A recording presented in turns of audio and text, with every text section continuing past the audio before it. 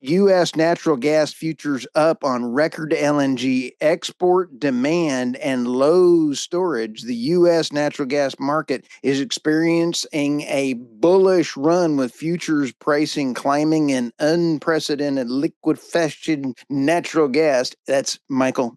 LNG for us OSU guys. Export volumes in storage injections have fallen short of expectations. At Germany, Michael, the LNG and natural gas for Germany is really low. I mean, if they have even a cold front, if Nancy Pelosi opens her freezer to get more ice cream in Germany, they're going to have some serious problems. But you take a look at this, I think this is really bringing up a big point. Rigs have been staying steady in oil and gas, in gas, and they've been declining in oil.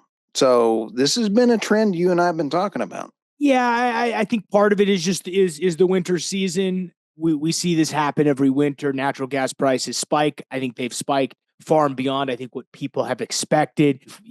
I like how you put this in the article. You go back and look at the EIA's weekly natural gas report. It comes out every Thursday, so we don't quite get to cover it live. But last week, we actually only had an increase of about 33 BCF for the week that ends in October 31, which brought total working gas storage to about 3.9 BCF. But to give you guys an idea, that was slightly below the expectations and relative of about 34 BCF. And we're actually seasonally a little bit lower than what we would expect. And so I think you're also seeing that there's maybe a slight deficit when it comes to natural gas. And I think people are expecting, obviously, all of this LNG stuff. I find it interesting. The real question is this move of natural gas prices positively. We're sitting at $4.33. Is that mostly seasonal with a smidge of LNG export demand future built into that? Or is it reversed? Because one is an investable thesis. One, if LNG export is the reason, the 80% of the reason prices move from $3 to $4, well, now all of a sudden you have a great long-term bull thesis to go drill wells. Yep. If it's reversed, like I said originally, 80% of the move is mostly seasonal, which happens every winter. We see natural gas prices rise, and then in the summer they fall due to the injection and draw season that we happen to. Well, then companies might end up on the wrong side of some economic capital spends, because a lot of the value is, sure, in a natural gas well, you do get a nice IP, but gas wells decline much slower than an oil well, meaning it's much more pertinent what you use to model long-term gas prices at than you do on an oil. An oil well, it really matters 6 months from when you drill the well. That's the majority of your cash is going to come back in that first 6 to 12 months.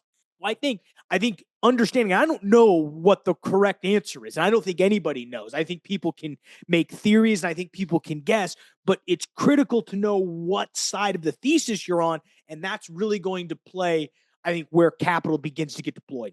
You bet. Hey, the other day I put out an article from the EIA. The lower 48's crude and natural gas production by well vintage. It has they put out an outstanding report. U.S. crude and natural gas have increased, so the volume, but they go through and do the chart.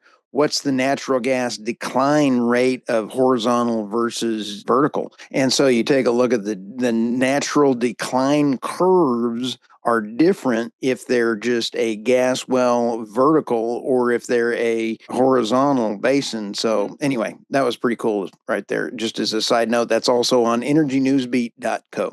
Absolutely. So